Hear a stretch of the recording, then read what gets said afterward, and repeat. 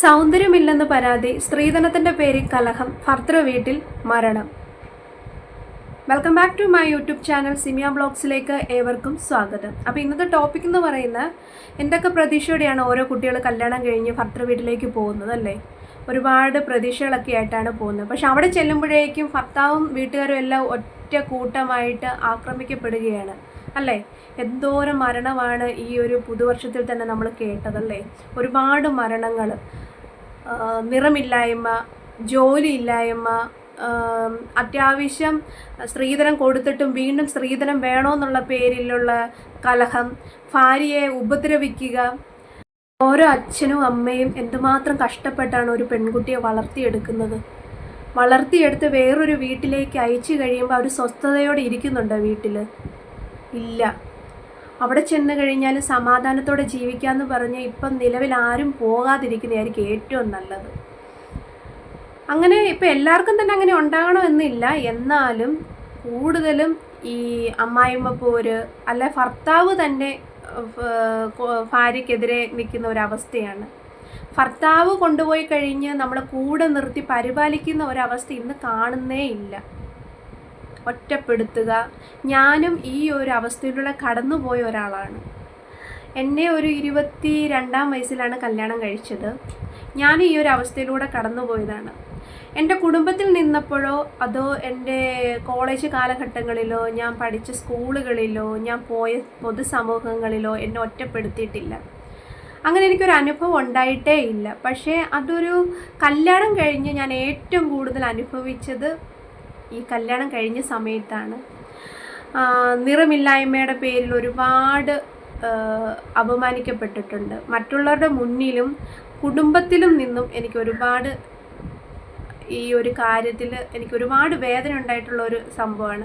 അപ്പോഴും നമ്മളെ പരിപാലിക്കേണ്ട ഭർത്താവ് നമ്മളെ തള്ളി മാറ്റുന്ന അവസ്ഥയും ഉണ്ടായിട്ടുണ്ട്.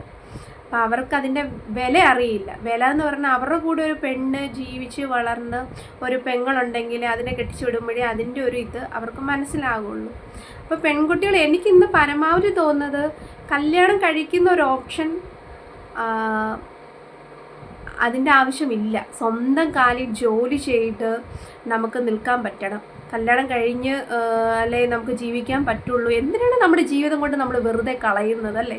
നമുക്ക് ജീവിക്കാൻ പറ്റുകയില്ലെങ്കിൽ നമ്മളെ മാറി തന്നെ പോവുകയാണ് നല്ലത്. അതിനൊരു ആത്മഹത്യ ഒരു പരിഹാരമല്ല.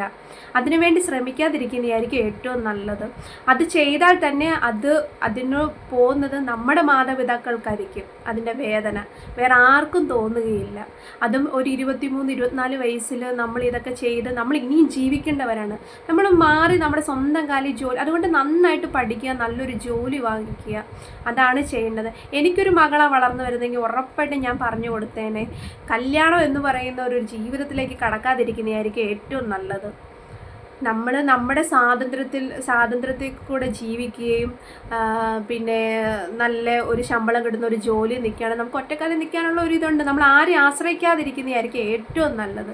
കാരണം ഇപ്പം ഈ തലമുറ കൂടുതലായിട്ട് എന്താ എനിക്കറിയില്ല, എന്തുമാത്രം വാർത്തകളാണ് കേൾക്കുന്നതല്ലേ.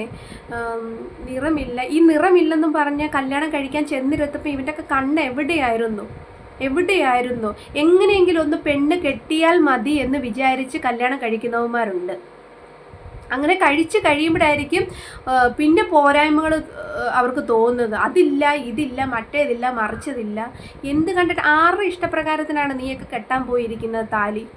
നിൻ്റെയൊക്കെ ഇതിലല്ലേ നീ പോയി ഇരുന്ന് താലി കെട്ടുന്നത്? അതോ വല്ലവരും പറഞ്ഞു വിട്ട് നീ പോയി താലി കെട്ടിക്കൊണ്ട് വാ എന്നും പറഞ്ഞു പോയി താലി കെട്ടിക്കൊണ്ട് വന്നിട്ട് പിറ്റേ ദിവസം തൊട്ട് നിനക്ക് മറ്റേതില്ല മറിച്ചതില്ല എന്നൊക്കെ പറയേണ്ട ഒരു കാര്യമില്ല. സ്വയം തോന്നുക, ഞാൻ ഈ പെണ്ണിനെ കെട്ടാൻ എനിക്ക് താല്പര്യമുണ്ടോ, ഞാൻ ഈ പെണ്ണിനെ ഇഷ്ടപ്പെടുന്നുണ്ടോ, ഈ പെണ്ണുമായിട്ട് കല്യാണം കഴിച്ച് എനിക്ക് കൂടുതൽ കാലം ജീവിക്കാൻ പറ്റുമോ, അതോ ഞാനും അവളുടെയും സ്വഭാവങ്ങൾ ഒന്ന് തന്നെയാണോ, അതോ ഞങ്ങൾക്കിടയിൽ അങ്ങനെയൊക്കെ സംസാരിച്ച് അങ്ങനെ ഒത്തുപോവുമെങ്കിൽ കല്യാണം കഴിക്കുക. ഇല്ലെങ്കിൽ നിങ്ങൾ ഇതിൻ്റെ ആവശ്യമൊന്നുമില്ല.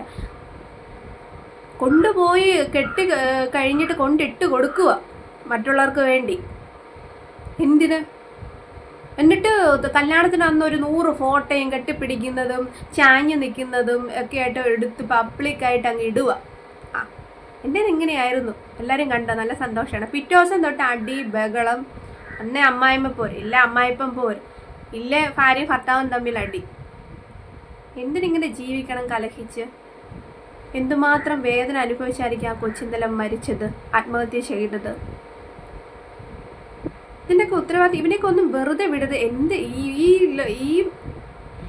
ഈ നിയമം എന്ന് മാറുന്നോ അന്നേ ഇവിടെയുള്ള മനുഷ്യർ നന്നാവുകയുള്ളൂ. അവർക്കറിയാം ഇത്രയും ചെയ്ത് ഇത്രയൊക്കെ ഉണ്ടാവുള്ളൂ എന്ന് അവർക്കറിയാം. അതുകൊണ്ട് തന്നെ എല്ലാവരും ഇതിനൊക്കെ തുനിഞ്ഞിറങ്ങുന്നവരാണ്. അതുകൊണ്ട് പരമാവധി പെൺകുട്ടികളോട് പറയാൻ ഉദ്ദേശിക്കുന്നത്, ഞാൻ ഒരുപാട് വേദനിച്ച ആളാണ്. ഞാനും ഇതേ അവസ്ഥയിലൂടെ കടന്നുപോയ ആളാണ്. ഇവിടം വരെ എത്തി. ഇനിയും തുടർന്ന് പോകാൻ സാധിക്കും എന്ന ഒരു ഇതിലാണ് മുന്നോട്ട് പോയിക്കൊണ്ടിരിക്കുന്നത്. എന്തും വന്നാലും അത് നമുക്ക് അനുകൂലമാക്കാനുള്ള ഒരു തൻ്റെടം നമ്മളിൽ ഉണ്ടാവുകയാണെങ്കിൽ ഒരിക്കലും നമ്മൾ പേടിക്കണ്ട. നമുക്കാരുമില്ലെങ്കിലും നമ്മുടെ ദൈവം നമ്മുടെ കൂടെ ഉണ്ട്. നമ്മുടെ സപ്പോർട്ട് ദൈവം മതി. അതുകൊണ്ട് കല്യാണം കഴിക്കാൻ വേണ്ടി, അല്ല നാട്ടുകാർ കാണാൻ വേണ്ടി, അല്ലെ സ്വന്തക്കാരറിയാൻ വേണ്ടി കല്യാണം കഴിക്കുന്നവന്മാരുണ്ട്. അവന്മാരോടൊക്കെ പറയുവാണ്, ദൈവത്തോർത്ത് നീക്ക് ഒരുത്തനും കല്യാണം കഴിക്കേണ്ടത്. നീക്ക് എന്തിനു കല്യാണം കഴിക്കുന്നത്? നിനക്കൊക്കെ എന്തിനാ പെണ്ണ് കെട്ടുന്ന എന്ത്? അന്തസ്സോടെ കൊണ്ടുപോയി നോക്കാൻ കഴിയുന്നവന്മാരെ പെണ്ണ് കെട്ടാവുള്ളൂ. അവളുടെ കുറവുകൾ മനസ്സിലാക്കി അവളെ സ്നേഹിക്കുന്ന ഒരു ഭർത്താവിനെയാണ് ഒരു പെണ്ണിനാവശ്യം. അതുപോലെ ഭർത്താവിനും അതുപോലെ തന്നെയാണ് ആവശ്യം. അങ്ങനെയുള്ളവന്മാർ ഇനി കല്യാണം കഴിച്ചാൽ മതി. അല്ലെ ഒരുത്തനും പോയി കെട്ടേണ്ട ആവശ്യമില്ല. സ്ത്രീധനം കെട്ടാൻ സമയം പറയത്തില്ല. നിനക്ക് ഇത്രയും വേണമെന്ന് ചോദിക്കുമ്പോൾ, അയ്യോ ഞങ്ങൾ സ്ത്രീധനം വാങ്ങൂല, ഞങ്ങൾ സ്ത്രീധനം കൈകൊണ്ട് തൊടുകയില്ല, നിങ്ങൾ എന്താണോ കൊടുക്കുന്നത് അത് മതി എന്ന് പറയും. എന്നിട്ടോ കൊണ്ടുപോയിട്ട് പറയും, നീ അത് തന്നില്ല, നീ കാറ് തന്നില്ല, നീ ഐഫോൺ വാങ്ങിത്തരാന്ന് പറഞ്ഞാൽ അത് തന്നില്ല, നീ കാശ് കുറച്ചാ തന്നത്, പിന്നെ സ്വർണത്തിൻ്റെ തൂക്കം നോക്കുക. എന്തിന്? ഇതെല്ലാം കണ്ടിട്ടാണ് പെണ്ണ് കെട്ടാൻ വരുന്നത്. ആദ്യം നീ തൂമ്പെടുത്ത് കണ്ടം കളച്ച് 10 കാശ് ഉണ്ടാക്കിയിട്ട് എൻ്റെ പെണ്ണിനെ നോക്കാൻ എൻ്റെ കാശുണ്ടെന്ന് പറയുന്നവനാണ് അന്തസ്സുള്ളവൻ. എത്ര പെണ്ണുങ്ങളുടെ ജീവനാ പോകുന്നത്? ഓരോ ദിവസം വാർത്ത കേൾക്കുമ്പോൾ പേടി വരിക. അതുകൊണ്ട് ദൈവത്തെ ഓർത്ത് പറയുക. പെണ്ണുങ്ങളോടാണ് പറയുന്നത്. 20 വയസ്സാകുമ്പോഴേക്കും അങ്ങ് കെട്ടാൻ നിൽക്കും. വീട്ടുകാരും പറയും, വീട്ടുകാരുടെ മേലും തെറ്റുണ്ട്. എനിക്ക് കല്യാണം വേണ്ട, എനിക്കിനി പഠിക്കണം, അല്ലെ എനിക്കിനി ജോലി ചെയ്യണമെന്ന് തൻ്റെ ഇടത്തോടെ പറയുക. പിന്നെ അച്ഛനെ അമ്മയും വിഷമിപ്പിക്കാതിരിക്കാനായിട്ട് പെണ്ണുങ്ങൾ പരമാവധി ഭർത്താവിൻ്റെ ഇടിയും കൊണ്ട് അവിടെ കിടക്കും. എന്തിന്? ഇന്നത്തെ കാലത്ത് അങ്ങനെ കിടന്നിട്ട് ഒന്നുമില്ല. ഇറങ്ങി അങ്ങ് തൻ്റെ ഇടത്തോടെ വരിക, സ്വന്തം കാലം നിൽക്കുക. അതാണ് ചെയ്യേണ്ടത്. അതുകൊണ്ട് പരമാവധി പെൺകുട്ടികളോട് പറയാം, തെറ്റായ ഒരു കാര്യങ്ങൾ ചെയ്യാതിരിക്കുക, ആത്മഹത്യയുടെ വക്കിൽ പോകാതിരിക്കുക. ഞാൻ ശ്രമിച്ച ആളൊക്കെയാണ്. ദൈവത്തെയോർത്ത് അങ്ങനെയൊന്നും പോകാതിരിക്കുക. സ്വന്തം വീട്ടിൽ വന്ന് കയറുക.